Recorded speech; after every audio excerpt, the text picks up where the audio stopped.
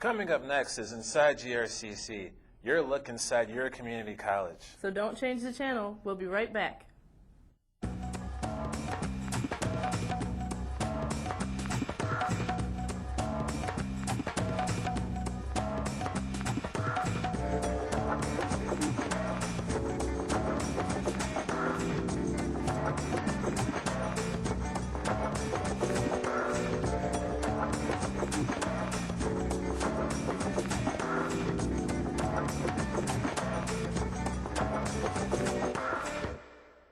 Hi, I'm Anthony, a music student here at Grand Rapids Community College. And I'm Quinn, a student at GRCC who's going to be studying culinary arts. And we'd like to welcome you to this month's Inside GRCC. Today, we'll see how technology has changed the way professors teach and students learn at GRCC.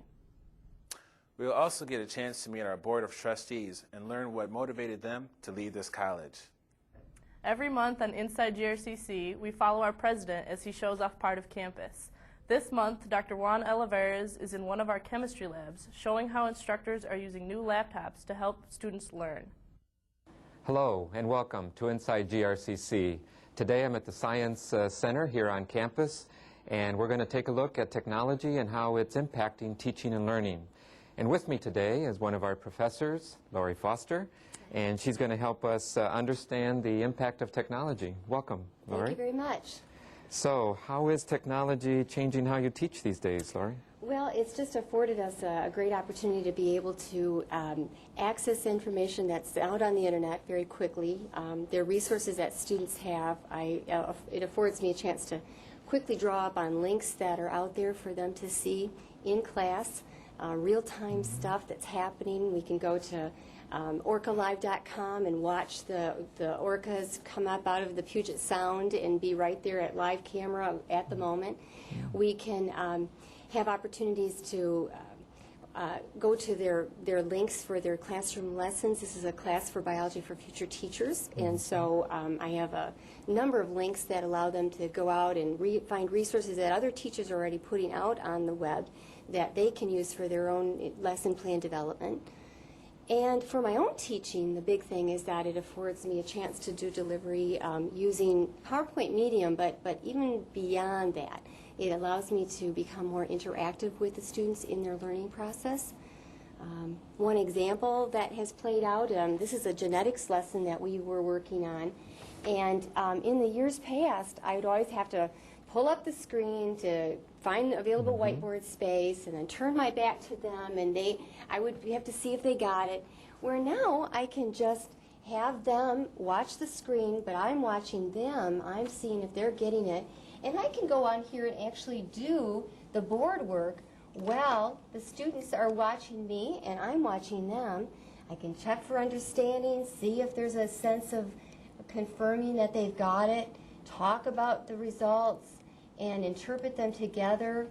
I can save the data. We can come back at it. When we did a problem set in class, I had a chance to actually post all the answers. The students came up. They put the answers on here. We posted it over to Blackboard, let them actually see the answers at any time they're trying to review it at home. So it just gives us a whole different level of interaction with our students. Well, this is certainly different than the way we were taught in school. Absolutely. And so obviously technology is playing a very influential role with our students, not just in learning, but also modeling for the students how technology can be utilized. That's right. And I think for them too, it is the way many of our learners have come to learn. This is the way that they have been brought through the K-12 system. Their comfort level is there. They get it. In fact, they sometimes help me. I'll be up here at the screen and I'll try to be doing something and say, well, don't you just push that all clear button? And it's like, oh, yeah, that'll work. And so they have the capacity that's already in place. And so it's a tool. I think they're more attentive. I think they stay with me more. They don't check out as easily. It just is the medium that they are used to working in. So students are expecting us, especially the professors, to be right up to date with the technology in the classroom. Absolutely. Not just online classes that we hear a lot about, but using technology to incorporate. Part of our delivery mechanism. It's another modality that it behooves us to go into and to use. That's excellent. That's excellent. So I understand. understand that you have some students here. Hello, students. Hi, how are you? I'm Micah. This is Baron and Yamaka. As a requirement for our class in Biology 100, with a focus in education, we're required to go out into the teaching field and actually do some teaching of a biology lesson to a group of students at various age levels. For this presentation,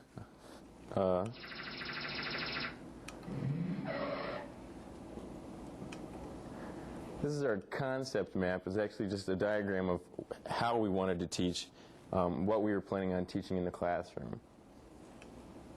We visited Glenwood Elementary School in Kentwood. To really get the kids motivated, we played a game where we took pictures and objects and asked them, is this recyclable or not? They had a good time. We picked up the Coke bottles and newspapers, tires, milk containers.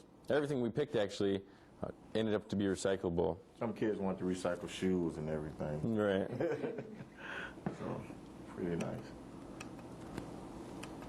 What we did to get them going is we read a story of Big Bear Lake. As we read the story, we asked the kids to come up and participate in pouring in the pollutants or our simulated pollutants into a bowl of water. While one of us taught, the rest of us walked around with a digital camera and took pictures so we could document, not only for our program here, but so we could add them to our repertoire, our book full of stuff that we want to bring with us as we go on to become teachers. And then it was time to say goodbye. Very nice. Well, how impressive, students, for you to be getting out there using technology, but also working with young people. Great topic, too. Yes, it's been just a thrill to watch them shine. It's great. Absolutely. It's very nice. It's a new day, and obviously we're trying to stay pace with the 21st century. So thanks to the students, and thank you, Lori. you. Doing a great Thank you job very with this much. project, and thanks for all your work. Glad to be part of it. Of course, chemistry isn't the only subject that's using new laptops this way. A number of faculty have been using this flexible technology to teach. We followed some of them into their classrooms to see exactly how this technique is applied.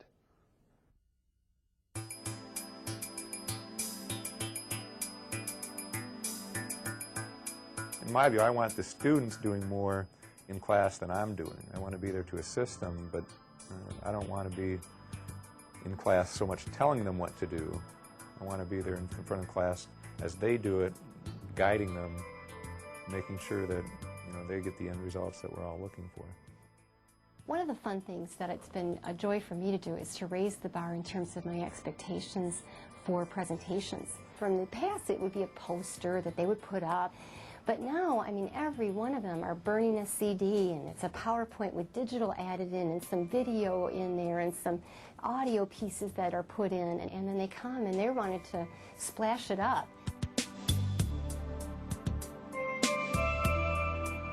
I use the tablet in a lot of different settings. I use it when I attend a meeting. I use the Windows Journal feature. I also undock the station and take it home, use it at home to prepare for class, come into class, make my notations on the slide, and then come back after class and make any modifications to my presentation. Wireless technology allows you to move the technology around the room, and the projector, being wireless, allows me to put the tablet into the hands of students so that the focus is not on me and it's on the work. So it's a great addition as a teaching tool. If you ask students to go to the chalkboard, they often don't. But if you put the tablet in their hand, say, here, pick one of these to do, it's there, and they do it, and they generally don't feel self-conscious about it. And they like it, because it's, right now, a new technology, they like it. In essence, what it does is it allows the blackboard to come to the students, instead of having students go to the blackboard.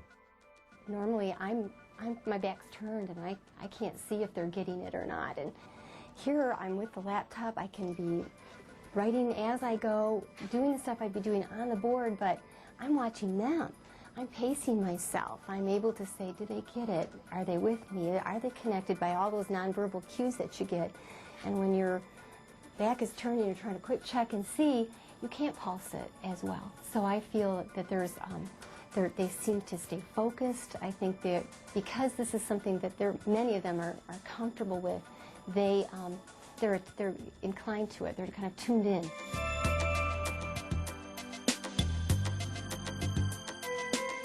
One reason it's a better tool is because I can record my presentation one time and allow students to access it at a later time whenever it's convenient for them. Sometimes that appeals to people who have different learning styles. They like to watch part of the presentation, stop, take notes, come back to it later, or maybe do some reading in between. Often I'll have a student who looks at the presentation after class because I've saved it and put it on Blackboard so they can access it, and then the student will come to class and talk to me about it. I use Blackboard as a source of documents for students to get ahead of time.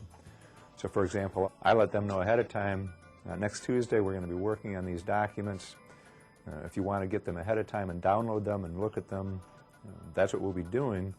In class, a number of them had printed them ahead of time, and while we were annotating live on the wall, they were annotating what they had downloaded. So they're walking out with something from class in addition to their class notes.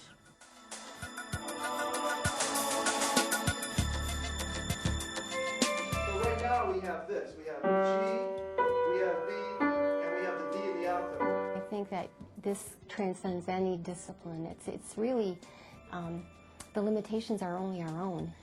I think it's really only bounded by our own creativity, bounded by what we think we can do with it, or our own fear of the unknown. You know, pretty much anyone under 30 years old is growing up with a digital revolution in technology, and I think it'll come very easy to them.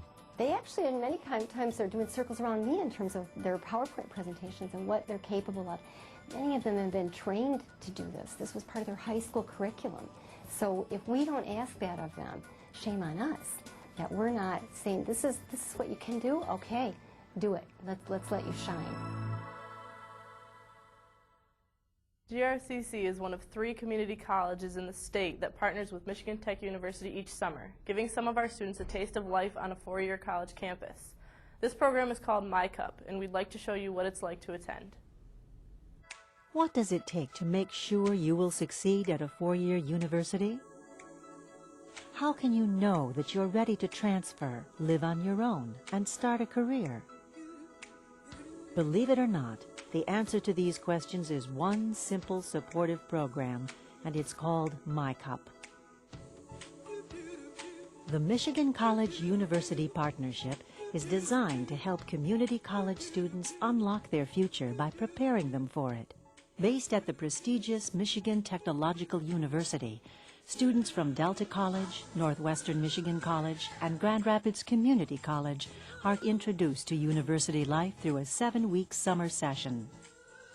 The MICA program in the partnership with Michigan Tech allows the students to have an experience living on our campus. So the students build the relationships with the faculty and find that there's an awesome support system here.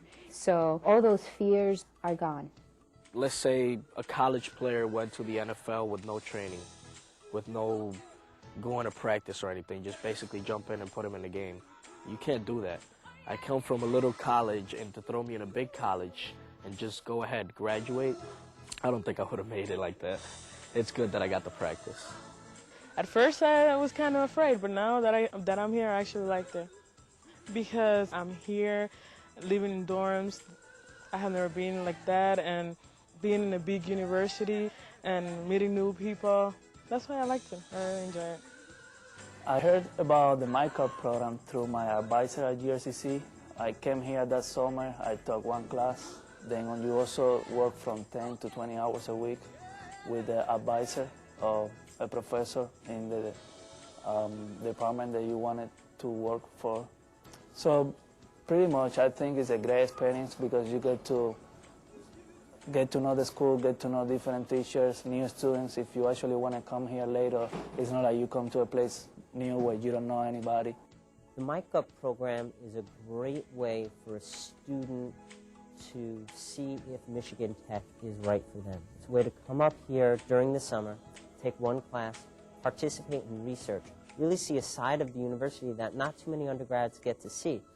MIC-UP may seem too good to be true. Where else could you receive a competitive stipend and take a 3-credit Michigan Tech course at no cost and live on our campus for 6 weeks with room and meal plans included, and participate in an undergraduate research internship in your area of study, and build friendships and professional relationships that will last a lifetime? The program also includes academic advising and tutoring. The school is really helpful, actually, and I like the environment. Everybody is really helpful. Like if I have trouble with something, I can get help right away. Special professors are there to help you. You can meet with them personally if you want. The whole group, the MIC-UP program, if you had any question about anything, they answer it in a heartbeat. If you call them, they'll call you back later on at night, anything. So it's just as a whole other family with everybody in the MIC-UP program. This may seem too good to be true, but the fact is that MIC-UP is real and waiting for you to take advantage of it. This program is designed for underrepresented minority students who are seeking careers in business, computer science, mathematics, science, engineering, secondary education, or technology. I'm looking into the mechanical engineering field. You know, math is one of my, favorite subjects, and, I like, making things, designing things, coming up with new ideas. I've noticed just being here that the environment is a lot more focused. We have a focus, a definite focus on our science and engineering programs. That is really, as we treat it, the highlight of this university.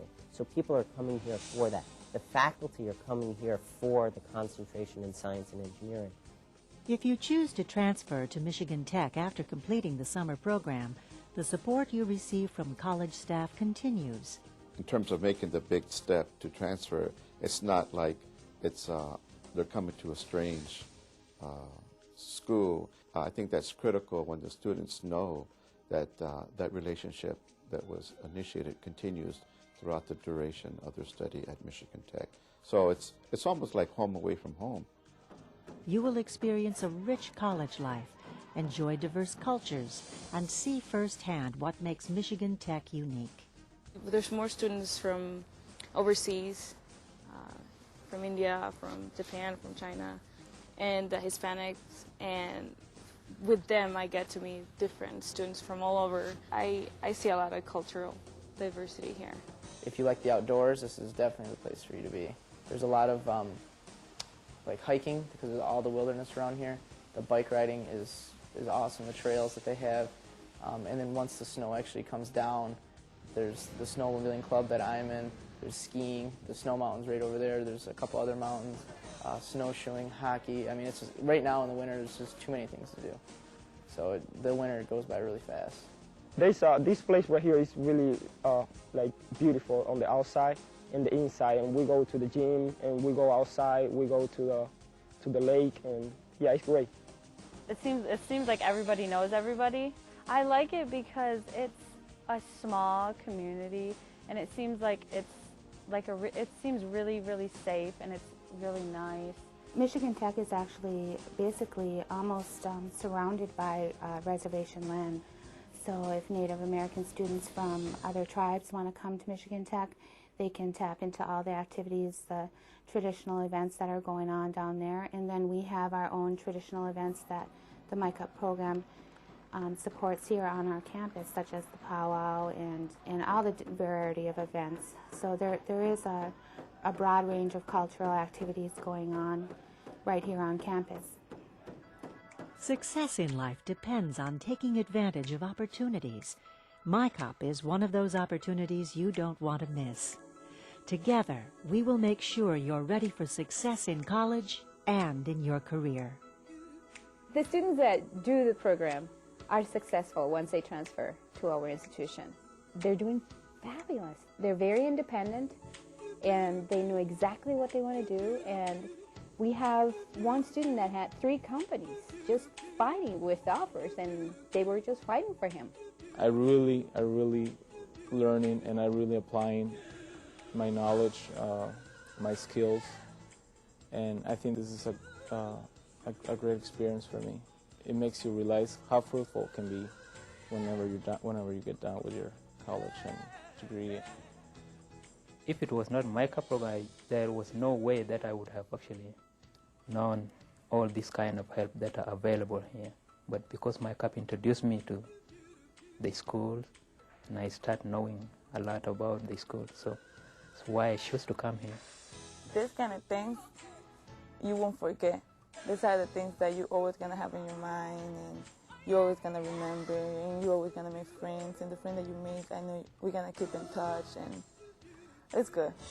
I can honestly say that I would have never graduated from Michigan Tech if it wasn't for the MICA program. I just found that the program just gave me all the tools and skills that I needed to succeed here at Michigan Tech, and I'll just forever be thankful for this type of program.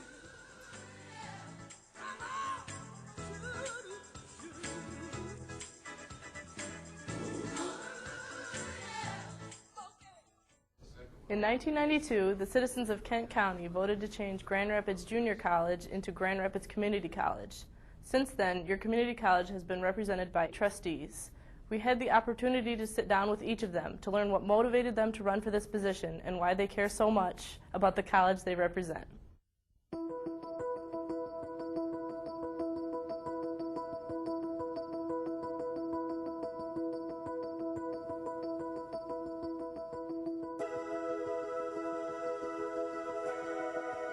The motivations are multiple.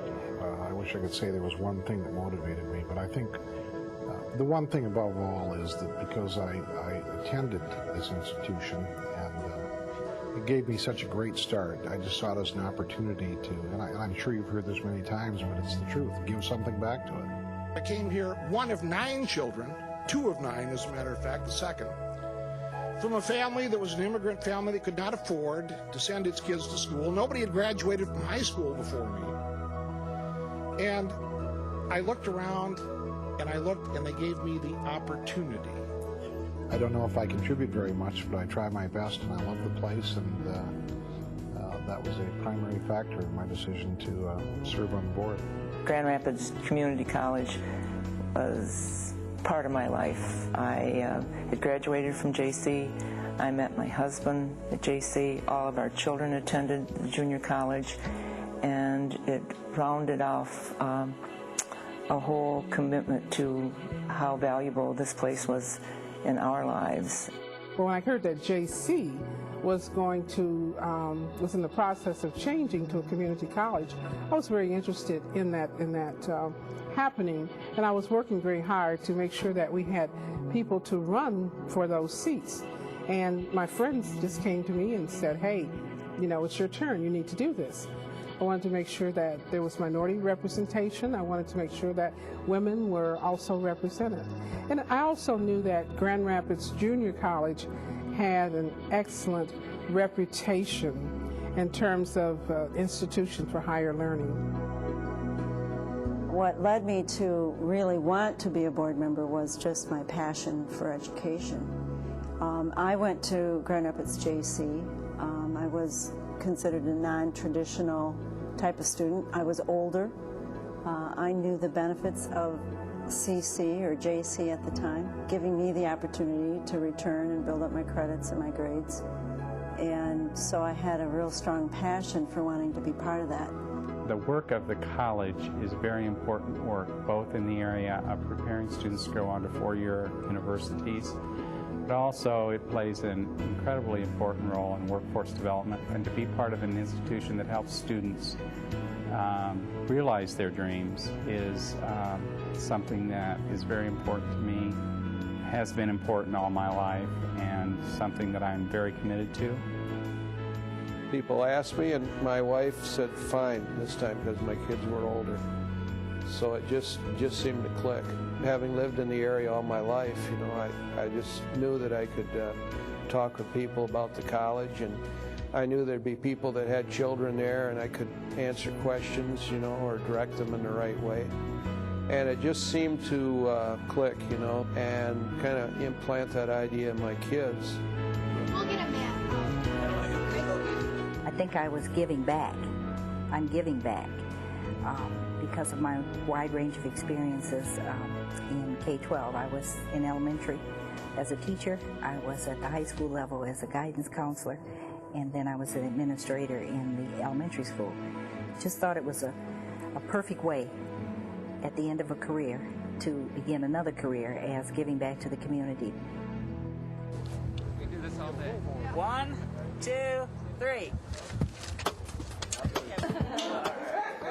The reason that we're a functional board as opposed to dysfunctional, a cooperative board as opposed to an uncooperative board, is that everybody has one goal in mind, and that's the success of the college, the success of the institution, and the people who work here.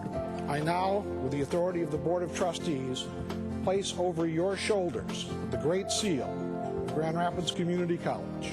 Policy governance helps too, I think, because it keeps you focused on the issues, on the ends of the college, really. And by doing that, I think it kind of directs your attention away from small detail. I think it keeps you focused. Policy governance is an approach to governing that involves the community. To me, it's a commitment to the community. We go out and listen. We go out and meet with other organizations to find out what the learning needs of this community are. We want to listen to the community, listen to our school community, look at, you know, economics, what's happening out there, where do we need to be successful in helping people access education. Policy governance really has 4 parts. The ends are the purposes towards which we work based on what the community needs are. We as a board within policy governance are not concerned with minute details. That's not our business. That's the work of the management. It's not ours. Ours is to set those broad parameters, and then the rest of the staff then takes care of maintaining them, doing the work that is necessary to carry them out. The other part of our policy governance is the executive limitations. We tell the CEO, the president of the college, what he is not able to do. He has to be sure that we are fiscally sound, the treatment of people, that no one is to be treated unfairly. Of course, the compensation and benefits. We did ask that he have an emergency executive succession plan, that this campus is always safe, is always secure. We make sure that we are accredited and that we maintain that accreditation. And of course, part of his executive limitations is that he remains as counsel to the board. And this is where we get our information through the president. The other important part of policy governance are the linkages that the board has not only to the community, but also with the president. And these are our activities. And then the last part of policy governance is the governance process itself. How do we set our agenda? How do we do our work? It's amazing how 7 people with 7 different backgrounds and 7 personalities can get along and come to consensus. Now, we don't always agree, but we can discuss things, and we can agree to disagree, but we can still come to a consensus and still be colleagues. There is one thing that I consistently say about this board, is that I never question their sincerity in terms of their commitment to the college and doing and acting what is in the best interest of the college. Pride is kind of a funny thing, but I think as we look around campus and see how it's grown, when I drive through Grand Rapids, I always look at the flying C that's atop the parking ramp. And I imagine maybe many people don't take a lot of pride in where they park, but here at Grand Rapids Community College, we take a lot of pride in that. And that was the first building that we did as a board. We've built the MTechs, of course, both MTechs, the theater, and the bakery. It is a sense of pride. It brings a smile to my face every time I look to see how the campus has expanded.